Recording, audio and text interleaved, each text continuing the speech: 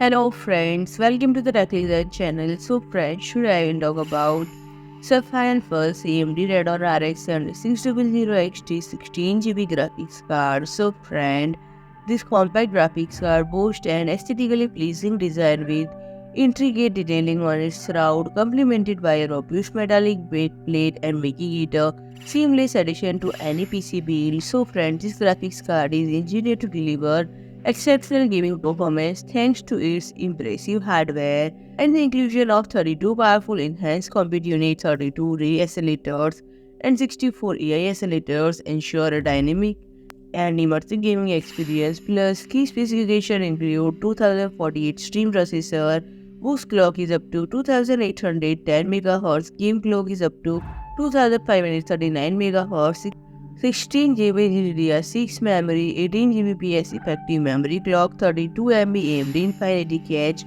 Output port include two HDMI port, two DisplayPort 2.1 with DSC output, and friend. Furthermore, the graphics card 16 GB of high-speed GDDR6 memory clock at 18 Gbps and of Infinity Cache significantly reduce latency and power consumption. So friend, if you like my video, please do like, share and comment, and don't forget to subscribe my channel and press the bell icon.